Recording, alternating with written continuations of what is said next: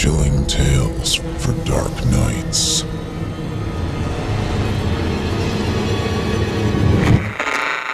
Want to make sure you never miss a Chilling Tales for Dark Nights video again? Be sure to subscribe and hit that bell to turn on notifications.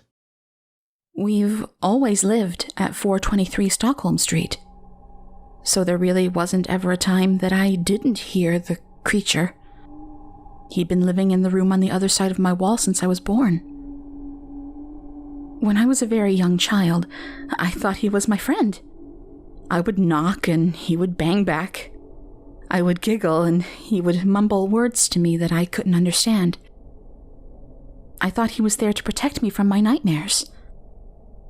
But as I got older, I started to be afraid. My parents insisted that there wasn't a room on the other side of my wall. Over time, I realized that he wasn't my friend at all.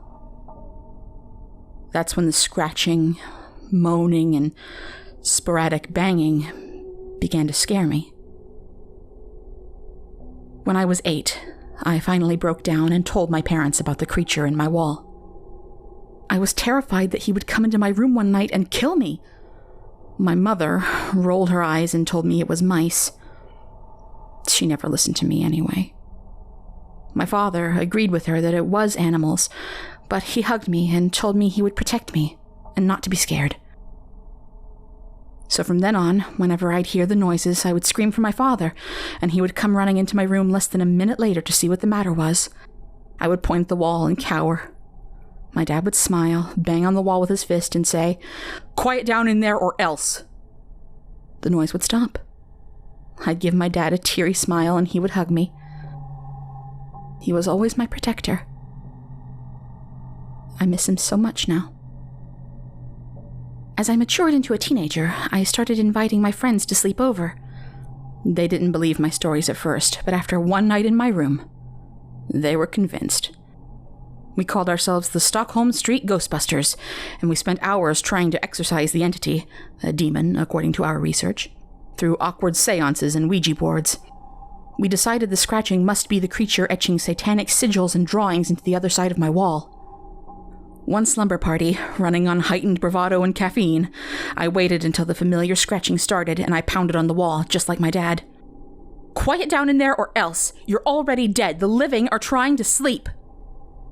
We giggled, and my friends were impressed. For a moment, I should have known not to provoke him.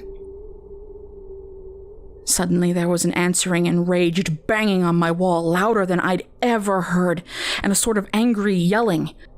We all screamed and hid in the closet, yelling for my dad. When he came running, my friends begged him to take them home. I was left alone while they were gone. I could feel him, almost see him impatiently pacing behind the wall, back and forth, 5 inches of wood and wallpaper between he and I. I was so scared that I stayed hidden in the closet. Then the scratching started again. That was when I realized what it was doing. It was trying to carve its way through the wall and into my bedroom. I whimpered at the thought, and then scratching stopped, and the banging resumed on the walls. It didn't stop again until the headlights of my dad's car lit up my room. I cried until my dad, always the hero, came sprinting into my room and banged on the wall. "It's still in the walls, Dad!" I wailed. He nodded, gave me a pitying look, and pounded his fist on the demon's wall. "Quiet down in there or else!" Then he held me, let me cry out my fears, and told me it was okay if I slept on the sofa that night. Sometimes I thought he believed it was all in my head. But it wasn't. The murmurs, the knocking, and the scratching, I'd been hearing it all my life. It was real. But if he didn't believe, he never let on, and never made me feel crazy. He just played along. I guess I never really understood my dad.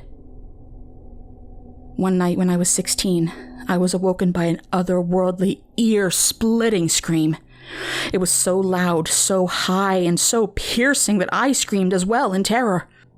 The scream ended abruptly, and then a moment later, my dad came running in. "You heard it!" I cried as my body racked with sobs. How could you not hear it? You had to have heard it. Oh, sweetie. My dad sat at the end of my bed, his hair disheveled and a far-off look in his middle-of-the-night bloodshot eyes. Of course I heard it, but it was just an owl, I'm sure of it. We've been seeing a few in the neighborhood. No, Dad, listen to the walls. Lindsay, please, Dad. He sighed, but nodded, and we sat and listened for a while. I needed my dad to know the truth and to finally believe me. We were all in danger. But no more sounds came from the wall that night. I didn't hear him again after that. Not for a long time. The wall suddenly felt empty to me for the first time in my life. Maybe it was dormant, or maybe it had been called back to hell. But either way, I knew it would be back. Oddly, when the creature did return, I didn't really notice at first. After 16 years, it was simply white noise to me, a background soundtrack as familiar to me as my own face. It took so long for me to process that it was back that I can't put my finger on when it actually started. I think that's what sealed our fates, in the end. The noises were just so inherent to me that I failed to understand how unusual they really were, and had been all along. When I finally did realize what I was hearing, I'm ashamed to say I felt almost relieved.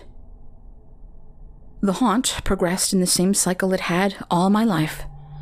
First the groans, then the banging, then light, lazy tapping, and then finally the scratching. Always the scratching. I told my dad about the scratching, and how I thought the creature was trying to rip through the wall and into my room. My dad laughed and told me there were 3 inches of solid metal on the other side of my wall, and then nothing, not mice, raccoons, feral cats, or even ghosts could come through my wall. And he should know, he built the house himself. And besides, he assured me, he would always be there to protect me. But in the end, he wasn't. Since I was moving out in a year, I decided I had no choice but to just stick it out.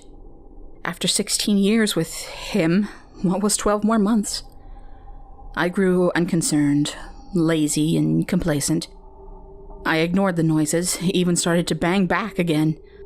I used logic to pacify my fear. Whatever it was, it couldn't come through the wall. If it could, it would have done so years ago. And I sensed that more than anything else in the world, it wanted out. And since it was still in there, obviously, it was trapped. And I was right. The night the door was opened is the most vivid memory I have. I was at a friend's house when my mother called me and told me to come home immediately. This in itself was strange, as my mother barely even acknowledged me and never ever called me. I drove the 5 miles back to my neighborhood, but I had a hard time getting in. I started to panic as I desperately weaved through all the media vans, police cars, and SWAT trucks.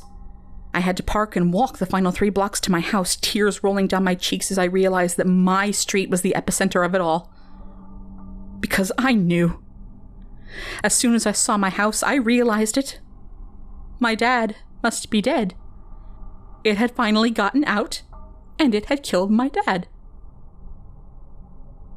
I took off at a dead run then, ignoring all the voices yelling at me to stop. I dodged in between the vehicles, pushing past dozens of people, ran through the crime scene tape and directly into my house. And there it was. Across from the living room.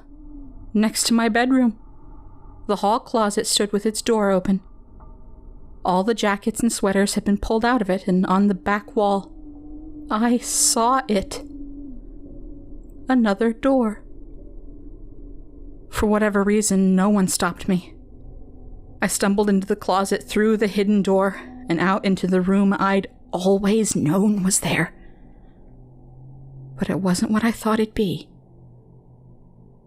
The media called my dad the Skinner of Stockholm Street. And from what I saw in that room, it was a very fitting name. There were knives, all sorts really. And there were metal devices stacked along one wall, at least 100 of them. Most I didn't recognize, but a few I had seen in history books. There were 4 sets of manacles, a wall of chains, and rolls of duct tape. In the middle of the room, there was a flat table which was very clearly blood-soaked. A tall stool sat at the head of the table. But the worst of it was the wall. My wall. Every inch of it was covered in carvings. But the carvings weren't satanic or evil like I'd thought. The carvings were words. Jacob, I love you. Diana Hobb. Tell my father I forgive him. Brian Woodland. Tara, I'm so sorry. Michael McNulty. Tell my daughters they were my world. Angela Waterstone. According to the evidence file, there were over 60 of these messages, and I made myself read every single one. They haunt me every night. I had spent 10 years tormenting them, and they would now forever torment me. I live in a hospital now, and I can still hear the scratching. Every time I close my eyes, I hear it. I haven't really slept in a year. My doctor says if I don't sleep soon, I'll die. I spend my days watching news coverage of my father's trial, and I spend my nights staring at the walls. The drugs don't work, but they keep giving them to me anyway. And though I try every night, I can never fall asleep. I always hear the scratching. And I always will. For the past couple of weeks now, I've been noticing a few odd things in my apartment. It started off with food mysteriously disappearing from my refrigerator and pantry while I'd be away at work. I didn't think much about it at the time, since every now and then I'd lose track of my daily eating habits due to my busy schedule, so I simply brushed it off. Eventually, it didn't stop there. Almost every night, I could have sworn I could hear shuffling sounds coming from within the walls, and sometimes, when I got home late from work, I'd find both my computer and TV turned on, even when I distinctly remembered turning them off before I left. Strangely, the TV would always be tuned to the local news, and my computer's search history would show several results for nearby takeout restaurants. Needless to say, it was freaking me out. The building I lived in had tight security, with officers frequently patrolling the area, and it was located in the part of the city where crime was pretty scarce. Considering that I'd given a couple of my friends copies of my apartment key to make sure I wouldn't misplace them, which I so often do, I thought perhaps one of them was trying to mess with me. I was eager to get to the bottom of this, so I asked if either of them were the culprit. However, they both blatantly denied it. This, of course, put me on edge, so I asked my landlord to check the security footage on my floor for any suspicious activity. He immediately began searching through 2 weeks of recorded footage, looking for any unfamiliar faces entering my apartment. He finished his investigation the following week and said he's found nothing out of the ordinary. There's nothing to worry about, he assured me. It's probably all in your head, man. At the time, I was considering the possibility that maybe he was right. Being a domestic abuse lawyer, I had to deal with a lot of stressful cases and work overwhelmingly long hours. Perhaps the numerous caffeine-fueled nights and constant headaches were starting to get to me. On one particularly snowy day, I was coming down with a nasty cold and had to call in sick for the next few days. Despite having to reluctantly waste some of my days off on such a gloomy occasion, I was still glad to be temporarily free of my hectic obligations. It was around 7:30 and I was getting really tired. I had finally made it near my apartment on the 6th floor. I just got back from picking up some remedies at Walmart and was anticipating a nice, long night of peace and relaxation. Just as I stood in front of the door, I immediately heard a faint shuffling in the distances. My eyes scanned the hallway for any signs of life. Nothing. Suddenly I could hear footsteps quickly creaking on a wooden surface. After listening in closely, I made a chilling realization of where these footsteps were coming from. Inside my apartment. This couldn't have been one of my friends, as I had recently changed the lock on my door due to all the strange things that have been happening. A sudden chill went up my spine because I knew right then and there that an intruder had somehow broken in. At that moment, I felt really uneasy. I wanted to run downstairs and call for help, but I knew if I left the hallway at this point, the intruder would definitely make a break for it. Being the naive young man that I was determined to go inside, grab my gun, and try to apprehend whoever was inside. Taking a deep breath, I slowly unlocked the door and creaked it halfway open. I was instantly hit with a powerful, ghastly odor that made me want to puke. It smelled like something that had been decaying in there for quite some time. Ignoring it, I cautiously proceeded to the kitchen to grab the gun I kept hidden in the top drawer. I grabbed it and opened the lights. To my surprise, the first thing I noticed were several pizza boxes and takeout bags scattered across the ceramic tiles. This struck me as rather odd because I knew I didn't order any takeout that day. I also noticed that there were food-covered footprints leading directly into the living room. Someone was definitely in here, and it looked like they were in a hurry to remain hidden from me. I slowly made my way into the living room with my gun at the ready. The footprints led right next to the boarded-up wall that was stationed on the other side of the room. There were a couple half-broken planks in the middle of it that I hadn't gotten around to fixing yet.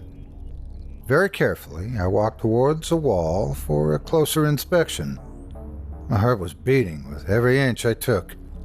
I stopped walking around a few feet away from it and began closely examining it. I couldn't make out anything inside, so I moved my head in even closer to search for any signs of life.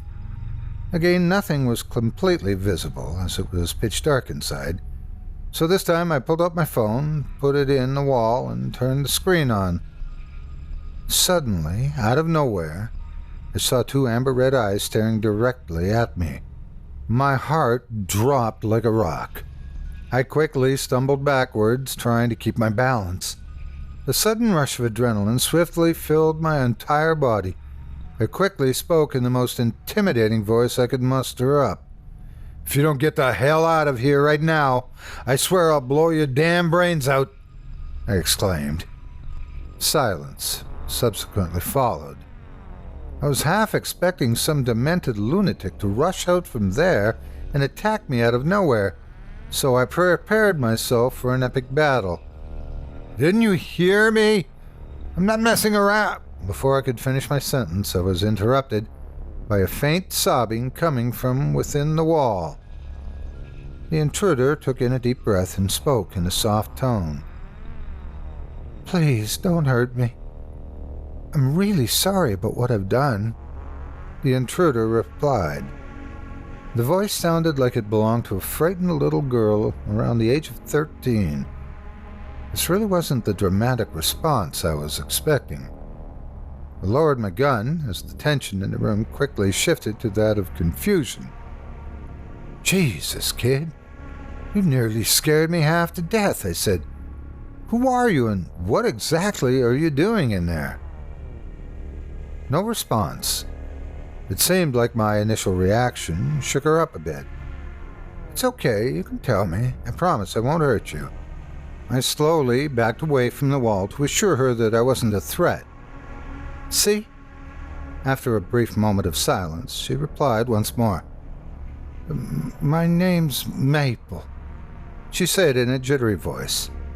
"I don't mean to cause trouble. I only wanted to get away from my mean parents." "Maple?" I paused for a minute, trying to recollect where I've heard that name before. Then it hit me. Maple was the little girl that went missing in the area several weeks ago.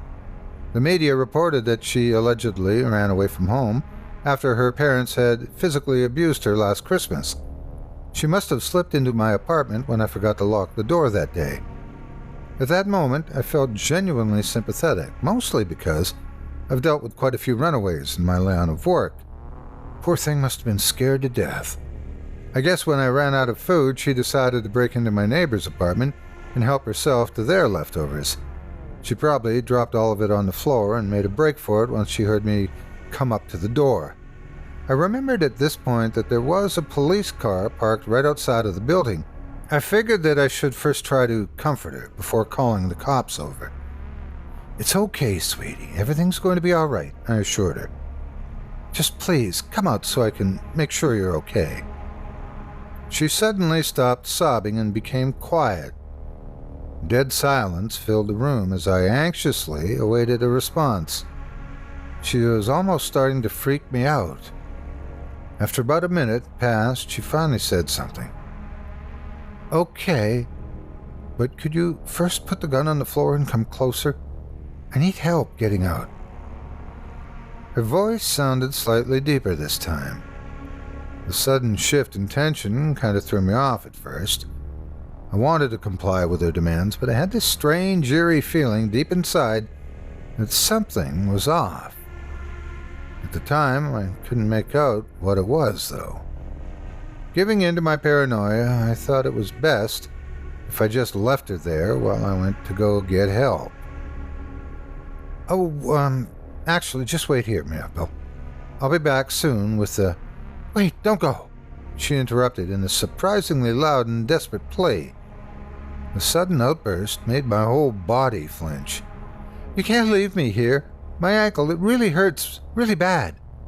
I think I twisted it when I slipped on the floor. I don't think I can get out on my own. You have to come get me out of here, right now. This place is really creeping me out." I hesitated for a moment. Believe me, I wanted nothing more than to help her out, but there was something about her tone that made me feel like she wasn't completely telling the truth. My intuition's usually pretty good at judging whether or not someone was lying, so I was inclined to follow my gut feeling. "I'll only be a couple of minutes. Hang in there, kiddo. I promise I won't be long." I quickly ran out of my apartment before she could say another word. After a brief elevator ride down, I sped across the hall, out the spinning doors, and into the freezing weather. To my relief, I found a slightly chubby officer talking to his slim partner right across the street from me. I ran towards them, eager to tell them everything that went down. Before I could make it halfway there, however, I froze.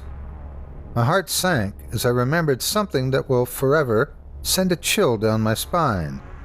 I couldn't believe I didn't realize this until now. It couldn't have been the same missing girl, because last night she was found murdered a couple of blocks away. Her lifeless body was discovered stuffed inside the wall of a vacant apartment. It was all over the news this morning. Struck in awe, I was left nervously wondering who the hell was hiding in my walls this entire time. I wasted no time as I rushed to the police and frantically told them everything like a nervous wreck. At first, they thought it all sounded a bit sketchy, but after I persisted for a few minutes, they were finally persuaded to follow me and take a look. Without catching my breath, I ran back to my apartment with the officers following closely behind. When we made it to my living room, I showed them where the intruder was hiding. The chubby officer told me to step back as they both drew out their guns and pointed them at the wall. "This is the police. I want you to get out from there right now at this instant and put your hands on the ground." The officer's demands were met with silence. "You have 5 seconds to comply, or else I'm dragging you out." Still nothing. The slim officer nodded, cueing his partner to go in. His partner pulled out a flashlight and slowly walked towards the wall with his gun still drawn out. I anxiously watched as he made his way to the wall and put his head inside. He began thoroughly searching both sides. "Do you find anything?" the slim officer asked. "Nope. It's all clear," he replied, "but I can tell someone's been hiding in." Before he could finish his sentence, he paused. He put his head in deeper for a closer inspection. Hold up, I think I see something. Judging by the surprise in his voice, I had a feeling that he was about to discover something really disturbing. I could feel it in my bones. What is it? His partner called out. The chubby officer took his head out of the wall and looked at his partner with a shocked expression. I think I can see a couple of bodies inside. Those words made my entire world turn upside down. I almost couldn't believe what I was hearing. Are you sure about that? The slim officer asked. Yeah, I'm sure of it, he exclaimed. My God, I've never seen anything like this in my entire life. These bodies, they look so mutilated. Just what the hell happened in there? The unsettling thought that I had just stood feet away from human corpses made my stomach turn. The powerful stench of decaying flesh made me want to puke my guts out. I knew, right then and there, that whoever had been hiding in my walls this whole time was definitely not a little girl. Help me break down this wall. One of them could still be alive. The slim officer put his gun back in his holster and walked towards the wall. I watched from about 15 feet away as they both started breaking down the old planks, one by one. They quickly teared off 3 rows of them with ease while blood started pouring out in excessive amounts. Suddenly, out of nowhere, several lifeless, dismembered bodies fell right off the wall and onto the floor. My eyes grew wide with shock. Most of their flesh looked like it was violently bitten off, and their mutilated faces were completely unrecognizable. The disturbing thought of the immense pain these victims must have suffered through was simply too much to take in. Upon taking a closer look at the type of clothes they had on, I made a chilling realization of who they were. They were all food deliverers from several nearby restaurants. I could barely make out the restaurant logos on their violently shredded and blood-soaked shirts. I wanted to look away from the gruesome sight, but there was something above the bodies that caught my eye. It looked like there was something written in blood on the inside of the wall. At first, I couldn't make out what it said through the darkness of the room, so I slowly walked closer to read it more clearly. My entire body shook to its very core the instant I realized what it said. You're lucky you didn't do what I asked. First, I need to apologize to you. I'm so sorry. I'm coming to you in my time of need. Please help me. Please, read this to the end. That's it. That's all I ask. I don't know what to do or where to turn. Please, just help me. That's all I ask. My name is Andrea, and I'm a single mother. I don't tell you this like that's some badge of honor, and I'm expecting cookies, milk, and chocolate-covered snowflakes like most of the others in my social circle would. They want your pats on the back and recognition. I just want some of your time. I see motherhood as a burden. Necessary, yes, but still a burden. My son's name is Jesse. He's 11. That's 5th grade for the math haters. Jesse started the 5th grade this year like any other kid would. There was a little bit of trepidation and lots of excitement. He was a happy-go-lucky sort of kid, full of life and energy, and all that changed after he met Stan on Tuesday. Stan was a late addition to Jesse's class, a transfer student from another district, and Jesse's teacher sat Stan next to Jesse. When I picked Jesse up after school on Tuesday, he told me that Stan was his new best friend. He wasn't acting like himself, though. He was pale and sweaty. I took his temperature, but he wasn't running a fever. I asked about his day, and all he would tell me was that Stan was his new best friend. "Stan's my new best friend," Jesse would say. "I know. I can't wait to meet him," I'd say back. "Mom, Stan is great. You should meet him. He's my new best friend. The best in the world." We must have had the same conversation 1,000 times that night. When I tucked Jesse in bed, he looked up at me with tears in his eyes. He put his little hand in front of his face and wiggled his index finger, telling me to come closer. I bent over him, and he put his hands to either side of his mouth. You know, the little kid way of telling a secret? Well, I turned my head, and he whispered something into my ear that chilled me. At the time, I didn't know why it chilled me, but it did.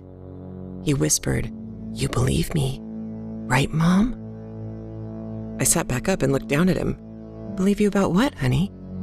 "Stan," he said. "Stan's my best friend." I nodded and took his temperature once more. Again, he wasn't running a fever. I went to bed, but I couldn't really sleep that night. On Wednesday, when I pulled up to the school to drop Jesse off, he got this really weird look on his face and told me that he didn't want to go in. "Are you feeling sick?" I asked. "No," he said. He was chewing on his bottom lip like crazy. This was something else I'd never seen him do. "No, I need to go to school." He opened the car door and he got out. No goodbye, no I love you, nothing. He trudged up the front steps of the school with his head down. I slowly let off the brake and turned away to drive to work. A little boy was standing right in front of my car. 2 more seconds and I would have run him over. The boy was pale, with a mop of blonde hair that was almost white, and these bright blue eyes. He knocked on the hood of my car twice, waved once, and walked up the stairs to school. When I picked Jesse up after school that Wednesday, he looked a lot better. He was a tiny bit paler than normal, but he seemed happy. He told me about his day, he told me about dinosaurs and music and math, and then he told me about recess. And then after math period, we had recess. Mom, you'll never guess what I did today at recess. "Tell me," I said, smiling to myself as I'm driving. I'm thinking, tag, football, keep away. All the things I remember the boys doing at recess when I was that age. Something benign. Something normal. "I joined a church." I frowned at this. "A church? At recess?" Jesse nodded. "The Church of Stan." I thought this must be some sort of new make-believe game that the kids were playing these days. "What's the Church of Stan?" I asked. "It's Stan's church, Mom." Jesse laughed like I was the silliest person in the world for asking the question. "Oh, what do you guys do, though, as members?" "Oh, lots of stuff. Today, though, we just listened to Stan talk. He was saying some funny words, and I got sleepy and I dozed off. A bunch of us did." I pulled into the driveway at home and we got out. "Was that it?" I asked. Things sounded weird for sure, but the kids didn't seem to be doing anything wrong. "Stan gave us flyers, too." Jesse pulled out a crinkled up piece of paper and handed it to me. It was a piece of manila paper with 3 words written in black marker. Church of Stan. Again, weird, but nothing wrong. I just thought the boys were playing make-believe. I was wrong. And when I picked Jesse up after school yesterday, I could tell something was very wrong with my little boy. He looked panicked and scared. "What's going on, honey?" I asked, reaching out to feel his forehead. "No fever." "We played the soul game today," he said. Jesse's head was on a swivel. He couldn't sit still. He kept looking all around as we headed home. "The soul game?" I asked. Jesse just nodded and kept trying to look everywhere all at once. Beads of sweat dotted his upper lip. "What's the soul game?" I asked. Jesse shook his head no and said nothing. "Jesse, what's the soul game?" I asked. I told him I didn't want to, but he said he wouldn't be my friend anymore if I didn't play. "Who wouldn't be your friend? Where were the teachers?" Jesse started breathing harder, but still answered me. "It happened in the church," he said. Then he whispered, "Teachers aren't allowed in the church." "The Church of Stan?" I asked. Jesse nodded, and a tear slipped down his cheek. "What's the soul game, Jesse?" "I'm your mother. You tell me right now, and I will take care of everything," I said. "I can't tell you, Mom. I can't. The rules are bad. They're so bad." "What about Stan?" I asked. "Will Stan tell me the rules?" No! Jessie screamed, and this scared me half to death. Don't ask him the rules. Please don't, Mom, please. I pulled into the driveway, scared and confused. Promise me, Mom. Promise me, promise me, promise me, promise me, promise me, please. Jessie was bawling now, terrified. I took him into my arms and I rocked him. I hadn't rocked him like that since he'd been in kindergarten. He fell asleep in my arms, right there on the driveway, and I carried him inside. I took him straight to his room and got him ready for bed. He just needs sleep, I kept telling myself. All he needs is sleep. I put him to bed and ate dinner alone. I checked up on him around 9 when I went to bed, and he seemed to be sleeping well, so I decided to go to bed. I woke up to him screaming at the top of his lungs 18 minutes after midnight last night. I ran to his room, but he wasn't in his bed. I turned on the light, and Jessie came flying out of the closet like something was chasing him. He latched onto my leg and kept screaming. I tried to calm him down. I tried to calm me down and ask what was wrong all at the same time, and he wasn't making any sense.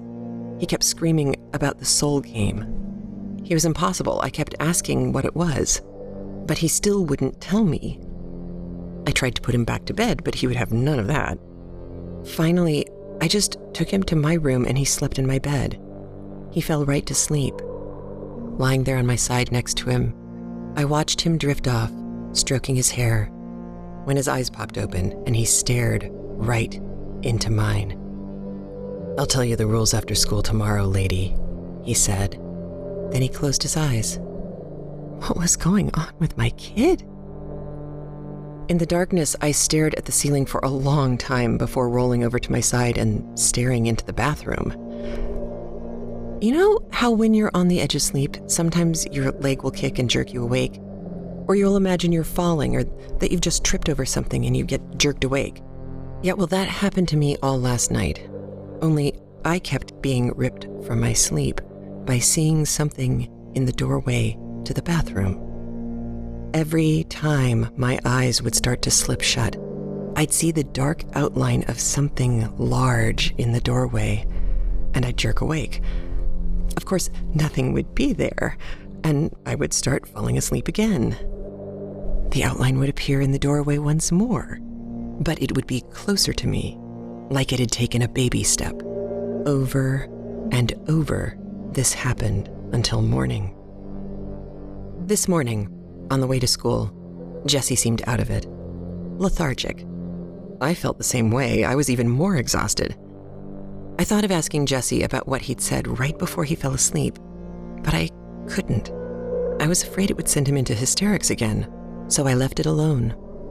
I drove him to school and he didn't say a word the whole time. He was acting like a robot, listless, unemotional. I got a call shortly after dropping him off to come back and pick him up. He'd vomited in class. When I picked him up, he was the same. I asked him several questions, but he only gave me grunts in response. The plan at home was to get him changed out of his dirty clothes and then take him to a doctor. He didn't say anything until we pulled into the driveway. "Can Stan come over today?" he asked. He stared out the windshield at the garage door. "You're not feeling well, honey. Do you really want him to come over?" I asked. I wanted to meet this kid, but it didn't sound like Jessie wanted him over. I, however, wanted to get to the bottom of things. "Yes," Jessie said. "Okay," I said. "Do you have his parents' number?" He already asked his parents, and they said it was okay. "We have to wait until he's out of class, and I'd still like to talk to his parents." "Okay." Jessie got out of the car and we walked into the house. "Do you have their number?" I asked as I shut the door behind us. "No," he said. I started to ask him how I was supposed to call them if I didn't have their number, but someone knocked on the door. I was still standing right next to it. I opened the door, and standing on my front step was that pale little boy with the blue eyes and the mop of white blonde hair that I'd almost run over on Wednesday. A little girl stood next to him with the same complexion. "Yes?" I asked, stepping outside and closing the door partway behind me. "Hi, Driz," the little boy said. "Is Jesse home?"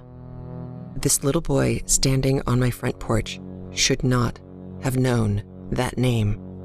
That was my nickname from college, created on a drunken night amongst my girlfriends, shortened from Drizzy. "No," I said. "That's fine," the little girl said. "My name is Devin, and you already know my brother's name." "Stan," I said. The little girl covered her mouth and giggled. Stan smiled and shrugged. "It's really quite simple. Rule 1, don't walk past mirrors in the dark. Rule 2, don't leave any doors open when you go to bed tonight. Ask your son what Rule 3 is, and remember, a creak means you're falling behind. A rustle means you've almost lost.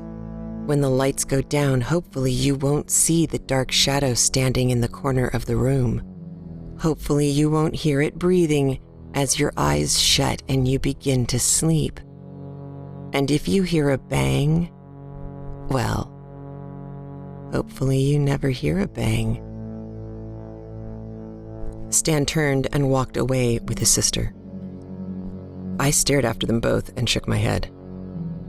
I wouldn't play their stupid game. I walked back into the house and found Jesse sitting at the kitchen table, crying. "What's wrong?" I asked. "I heard a bang," he whispered. My mouth went dry. "When does the game end?" I asked. "It doesn't," he whispered. "It never ends." My heart started beating faster. "What's the third rule, Jesse?" His face fell and he sucked in a deep breath. "Rule 3, knowing all 3 rules makes you a player." My stomach dropped. "What happens if you lose?" "When it's dark, you'll hear them coming. They like to let you know when they're getting close." "Who?" "Stan and Devin," Jesse said. "They'll reach out through the mirrors or open doorways and drag you through." "How do you win?" I asked. "You win if you tell more people the rules to the soul game than the person that told you does." Like I said, I am so sorry. But thanks for helping. Really. I'm going to go enjoy my newfound freedom. And I hope that you enjoy your night. Give Stan and Devin my best.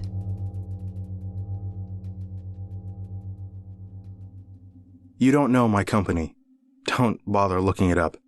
It never made many waves while it was around, and after it folded 2 months ago, what little info there was got scrubbed, which is a shame, because the reason why it closed should have made the news. But it didn't. It was a place in the Midwest run by this wannabe entrepreneur. I can't really give out his real name, so let's just call him Nate. Nate was a trust fund baby who thought he would be the next Elon Musk, except in the IT realm instead of automobiles and aeronautics. He knew almost nothing about IT itself. He just enjoyed being the kind of boss everyone wanted to hang out with. And in that way, he was pretty good. He was always riding a Segway around the office and trying to see what everyone was up to. I was hired in as an entry-level software programmer, which I was actually overqualified for. What made up for it were the advancement opportunities, and the fact that the company actually provided housing. Another of Nate's projects was real estate, and he was instrumental in the development of a neighborhood where all his tech people could live and interact, if they so desired. I still had to cover utilities, but having a little place all to myself was way better than any apartment I would have found in the area in my pay grade. And the arrangements allowed me to get to know people that I work with outside of working with code all day, which was a plus. Granted, our hobbies usually revolved around multiplayer shoot-a-thons, and our newest obsession was Fortnite. For those of you not in the know, Fortnite is one of the bigger online shooters at the moment, with 2 different games you can play. One, a co-op mode, and one, a 100-player battle royale. 1 life, One constantly shrinking area of play, tons of firearms, and the ability to smash buildings to build barricades and other useful stuff. All starting from a drop-in from a flying bus. There are worse ways to spend a weekend. Of course, sometimes we couldn't save it for the weekends and we found ourselves playing it after hours on the company's servers, where the IT department oftentimes teamed up to take out the finance guys. It was all good until the day Nate came up behind me on his Segway and I didn't see him. And he asked me what I was playing. Caught red-handed, I couldn't help but tell him what it was. I was shaking, waiting for the worst to happen, for the hammer to drop and for me to be fired on the spot. Instead, something even worse happened. Nate got interested. First, he just wanted in on the weekend games occasionally, and then he'd come on at lunchtime and play with us there. Then he started buying the merchandise. He'd call us into his office and show us what new keychain he bought, or the teddy bear helmet he'd gotten from an online auction. Sometimes he wore it, just to show how hip and with it he was. But the real problem was that he was good. Very good. I've been one of the top players in the game, but whenever he hopped in, my rank immediately dropped 4 or 5 spots. He took first place almost every time. It was astounding. He didn't even game regularly, and he was laying waste to just about everyone. And then he called me into his office. He'd had an idea, you see. He thought it would be a great team-building exercise if we all competed at Fortnite. For real. I remember chuckling and saying, sure, I'd go get the flying bus and we could get everyone to jump out of it straight away. He waved his hand, saying he wasn't going to go that far, though for a minute I could tell he seriously considered what it would take to make it happen. He just wanted to make it like a laser tag game, with chest sensors and plastic terrain, the whole 9 yards. He'd cordon off the neighborhood and make an event out of it. Finance versus IT, with him as a wild card in the mix. 31 people, one afternoon. I still thought he was joking until he gave me the company card and told me to go nuts. I was the one who introduced him to it, he told me, so I had to be the one to order the stuff. So I did. I couldn't actually believe that stuff for a Fortnite LARP existed, but it did. I scoured local dealers and got a fake wall and bridge pieces, plastic power-ups, and even a couple extra posters for Nate's office, just to suck up a little bit. Hey, I had the company card, and he certainly didn't mind. The weapons, on the other hand, were a little trickier. Nobody had anything that looked like the weapons in the game that could be used alongside laser tag gear. At least, nobody on the main web. Then I remembered that I had a Tor package on my browser, which I'd used back in my younger years, when I became concerned about government invasions of privacy, and I wondered if I might be able to find something that way. Well, it didn't take long. I stumbled across a .biz site that was loaded with all kinds of novelties. A lot of it looked like bootleg Japanese merchandise, which probably explained why it was hiding outside of the bounds of the regular internet. But I did locate what appeared to be, wonder of wonders, a Fortnite-inspired laser tag weapon set. Put in the batteries, point and shoot. I wondered for a moment if I should be using the company card on the dark web, but the stuff I was buying didn't look illegal. And hey, if worst came to worst, I'm sure Nate would have come up with a good story. 2 weeks later, after Nate went ecstatic over the boxes and boxes of crap that we were loading into his office, he gave us a few extra days off to get the neighborhood set up, and provided us a hand-drawn map of how it should go down. According to it, Nate had assigned his own house as the dead zone, where people who had been eliminated could hang out and eat snacks while everyone else kept playing.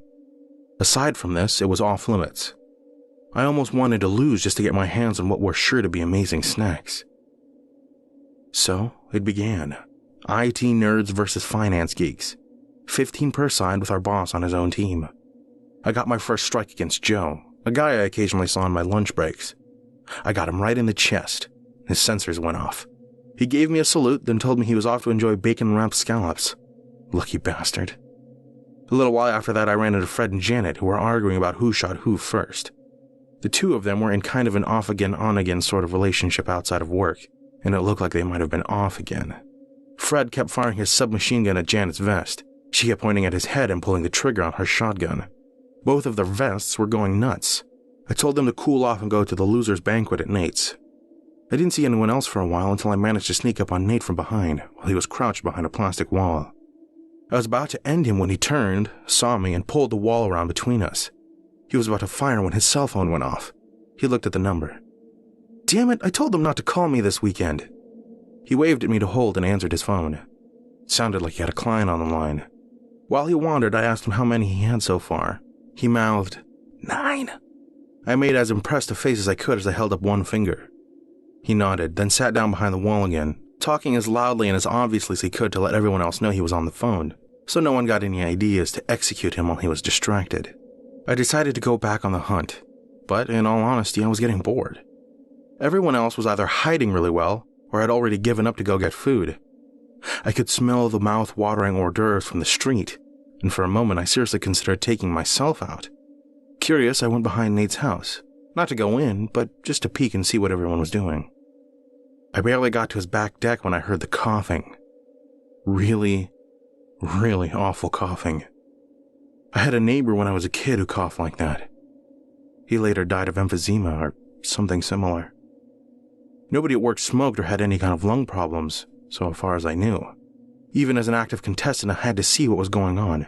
It could have been an emergency. I opened the back sliding door and saw Joe sitting on Nate's living room couch with a few others. They were all coughing badly. "Joe?" I inquired. "What's going on?" "I think the scallops have glass in them or something. God, my throat hurt." Joe didn't finish as he suddenly threw up. Or I should say, I wish he had thrown up. Nothing came up but blood, and something that looked an awful lot that belonged inside him. He fell to the floor, twitching.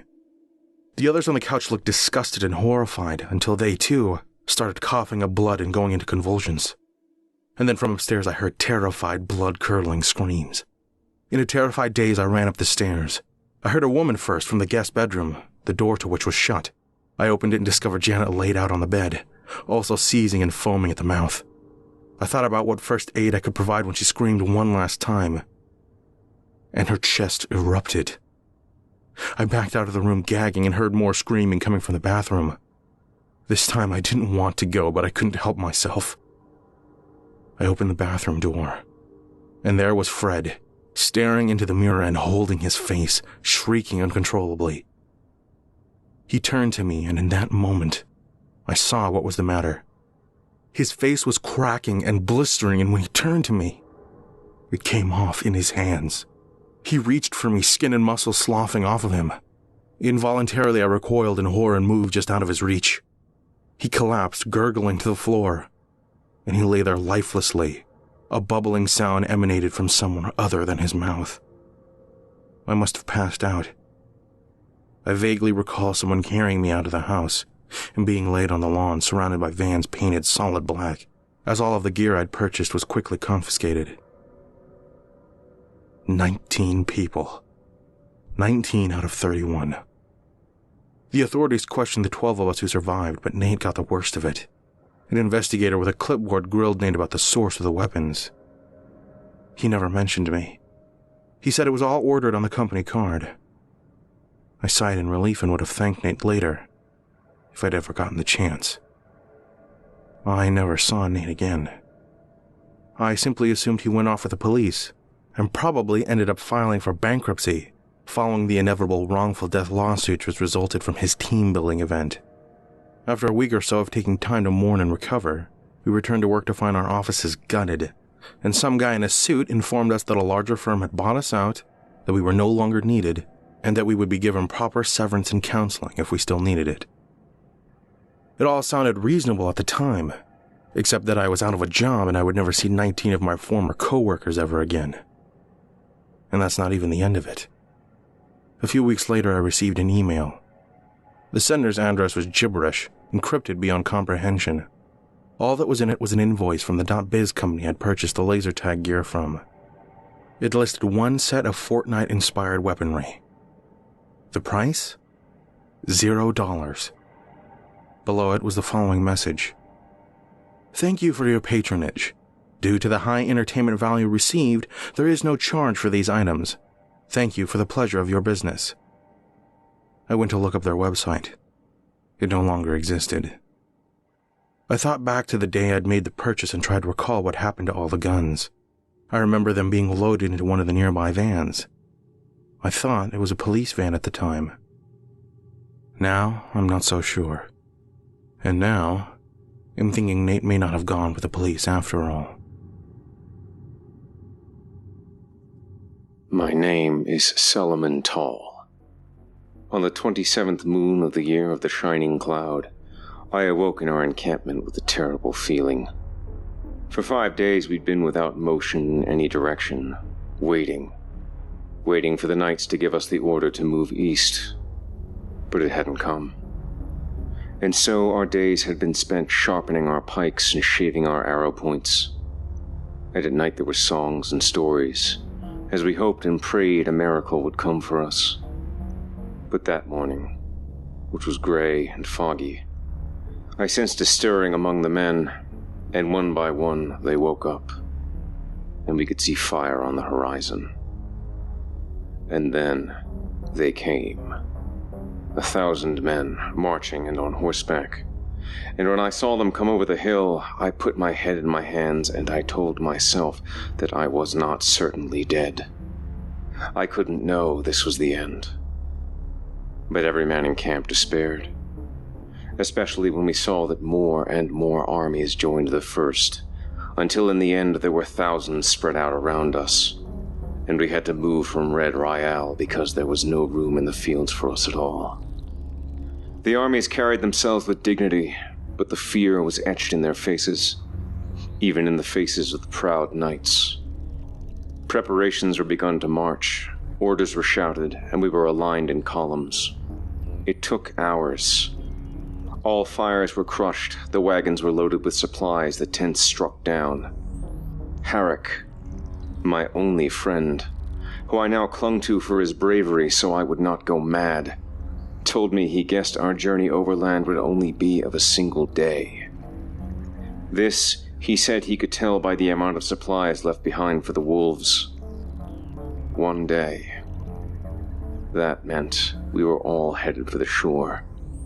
And though we were not permitted to inquire about our destination, and no one was telling us anything, our fates were sealed. We started to move at midday, more than 4,000 soldiers moving through the mud. The fog did not let up. Word came through the ranks that more than a dozen men had not moved from camp. They'd simply stayed and asked to be executed. Rumor held that their wishes had been quickly granted. Stieg, a pikeman, told me he had seen it happen. There had been humor, even when marching toward the battle at the cliffs of Shand. But now there was none, for not a single man believed he would live through what we were to face. The knights were excessively harsh when a man fell out of line or a wagon was slowed. They tolerated no speech that they could hear.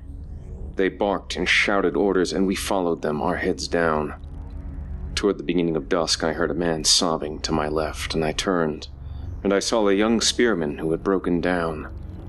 Yet his step did not slow. And I saw a man who walked forward, even as his face had turned a sickly white, gazing forward with eyes as dead as any I had ever seen. It was as if he had accepted his fate so readily that he was willing himself to become a zombie. At night, when we expected to rest, we did not rest. Torches were lit, and we entered the Inchland forest. We could see figures, human figures, watching us at a safe distance. These were the woods people, but they may as well have been the angels of death. Later I would see a man and a woman standing close enough that I could make out their faces by the light of a torch. They had faces like stone idols, without emotion or sympathy. There was no food for us. We walked all night through the cold. What did the knights care, after all, if we starved? I heard men fall, but I didn't look back. By dawn of the next day, I was almost delirious with exhaustion. Just as light came, the order came down for us to slow our movement.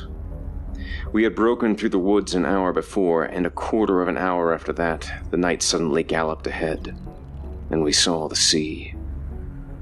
8 great warships waited for us. We ceased movement and then began the process of loading the armies onto them. It was more waiting. But now at least we were allowed to rest, and soup came down the lines, and bread. Not much, just enough to keep us conscious. The knights sent guards through with assignments, and the armies began to separate from each other. There would be no sleep on board, we were told. More than anything, I did not want to be separated from Herrick. I stayed close to him. He cursed the disorganization of the nights under his breath, but there was something wrong with him. He clutched his stomach close as he spoke. It took more than 2 hours of interminable shuffling and shifting to get us onto the boats. It was far, far colder than it had been the day before. The knights didn't even care about the low murmur that went through the armies. We could see when we got close to them that even though they had been on horseback, and not nearly as punished physically, they too were red-eyed and frightened. We moved inch by inch across the gangplank, sometimes stopping, and I was less than 20 yards from the mouth of the gateway when something thudded beside me. I looked down, and a man had collapsed almost at my feet. It was Herrick. I reached down, and so did the man beside me. Herrick's face was locked in a scream, but no sound emerged. He lay on his side, not moving. A guard came through and hovered over him, and then pushed me out of the way as I shook Herrick desperately. "He's died," the guard said very softly. "He's died." It hadn't been an ordinary death. His face told us so. It had been fear. The guard and one of the knights stayed with Herrick while urging us to move. It was Stieg the pikeman who kept me from collapsing myself, pushing me on. He and I both wept then.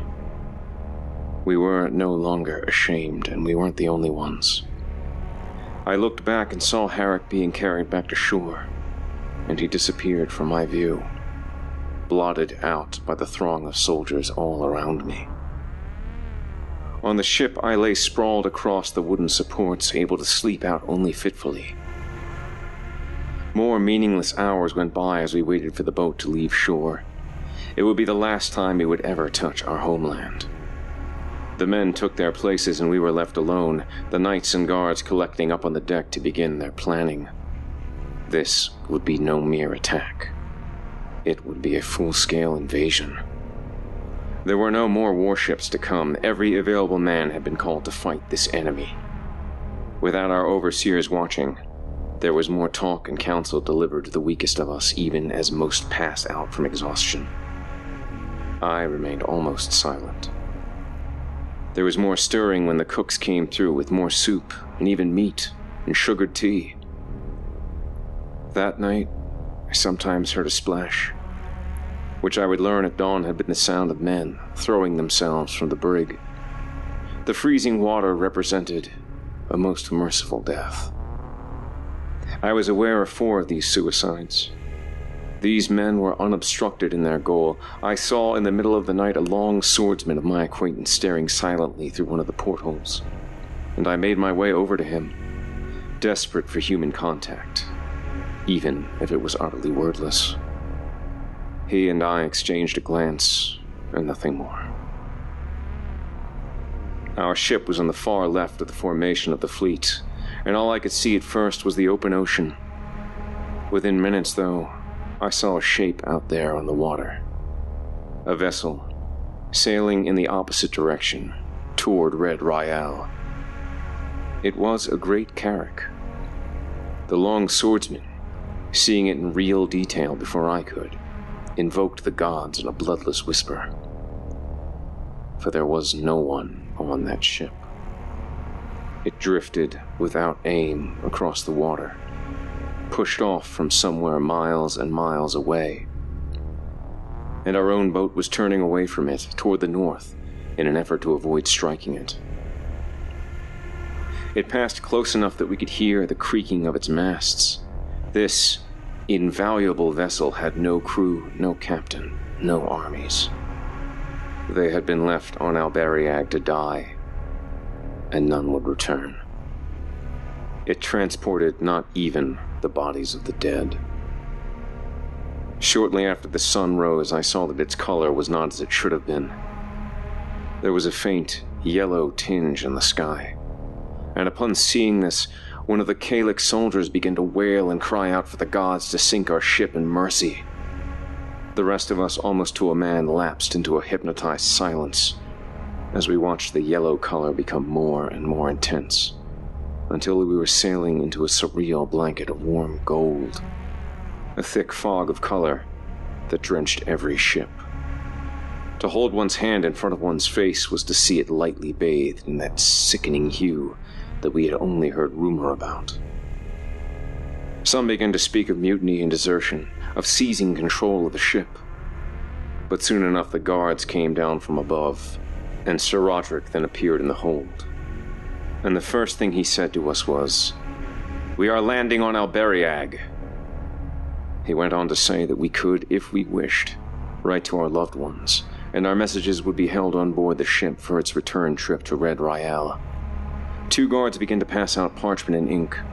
Sir Roderick began to instruct us then, explaining in the driest terms the procedures we were to follow upon disembarking, procedures that we had to follow to the absolute letter in order to save mere seconds. It would be only a march of 2 miles to our attack point. The ship would touch the shore of Alberiag in less than 6 hours. He spoke further of divisional assignments and said there would be no rear guard and no man left on the beach. For 4 of those 6 hours, the idiot cleric Christide led us in a mass that he pushed ever onward, his voice becoming hoarse, having to stop for water dozens of times as he spoke every word he could from the Book of the Star. Finally, he could simply speak no more. For the last 2 hours before we landed, men lay on their planks, staring at the ceiling above them.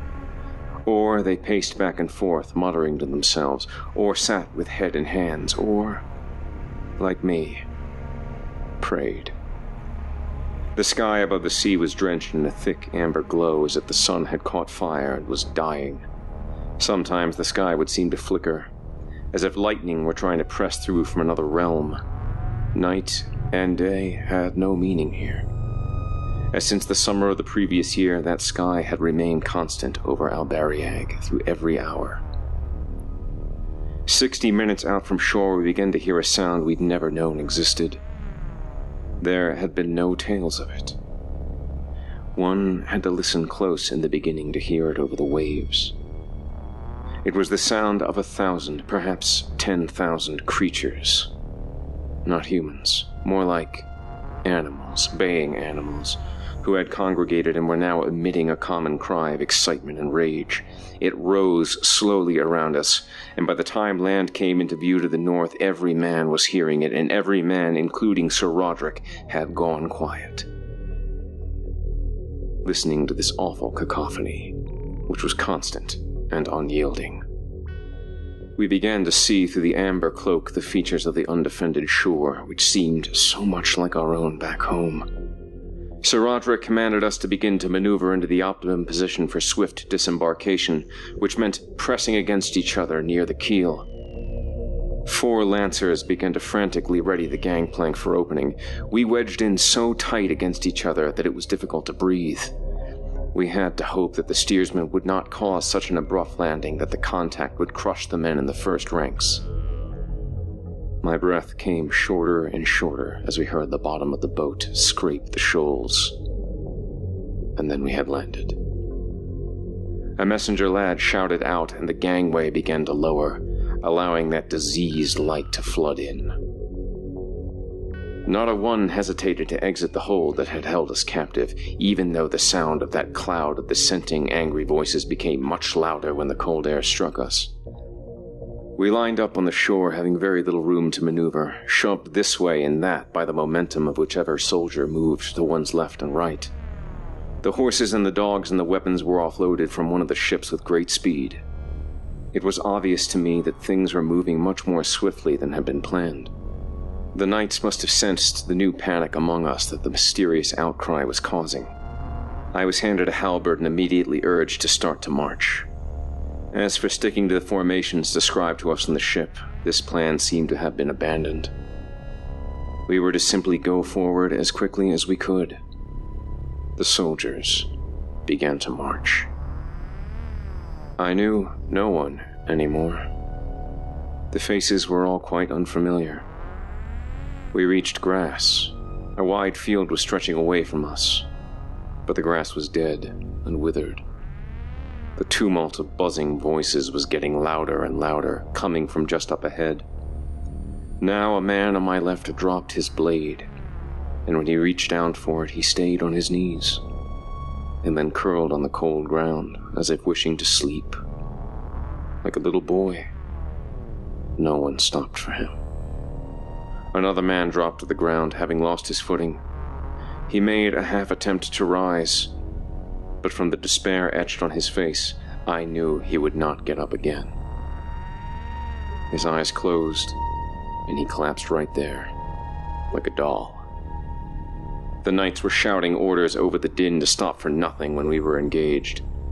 The healers had all been issued weapons as well, so there would be no medicines or treatments for the fallen. On a certain call, they abandoned their horses, leaping from them, and raised their blades, and at the top of the hill their shouts became full-throated, red-faced cries, their sound utterly lost beneath that of the enemies. Now our visibility had been cut to just a few hundred yards with the intensity of the amber fog. Over the hill, just up ahead, was the fissure. A crack in the earth more than a mile wide with a mouth 20 feet high. Inside it was utter darkness. Now, torches were rapidly lit all around, including my own, as a boy of no more than 14 anointed my free hand with fire. I was out in front. I would be among the first 100 men in, even in front of the mercenary ranks. The cry was put forth to run, and the knights, the bravest among us, not hesitating from their duty to lead the charge, began to rush toward the fissure. I ran. The footing beneath me was firm. I could see reflected off the roof of the fissure a flicker of light. Then another, and another, and another. Which meant the enemy was emerging with their own burning torches. We entered that terrible pit as one rampaging, undisciplined mass. I cannot say where the divide truly was between Earth and this hell. But as soon as my voice gave out, and my eardrums began to shake with the force of the enemy's echoing collective scream, a face appeared in the darkness. The face of a being that was not meant for even a single step outside the fissure. It had once been a man, or something's imagining of one, but there was no clothing on its body, and its bones were only half protected by human flesh. A skeletal beast it was, 2 feet taller than I, having no eyes, and an enormous skull that was hideously bovine. It had not hands but claws, a filthy sword gripped in one, a blazing torch gripped in the other, and its jaws opened and closed many times in a single second, like some machine come to life. And before I could even raise my own weapon to strike it, Satan's thousands upon thousands of like-bodied atrocities became visible far beyond this one, in the rank and fetid shadows, as their torches broke the darkness, and their counter-invasion began. Chilling tales for dark nights.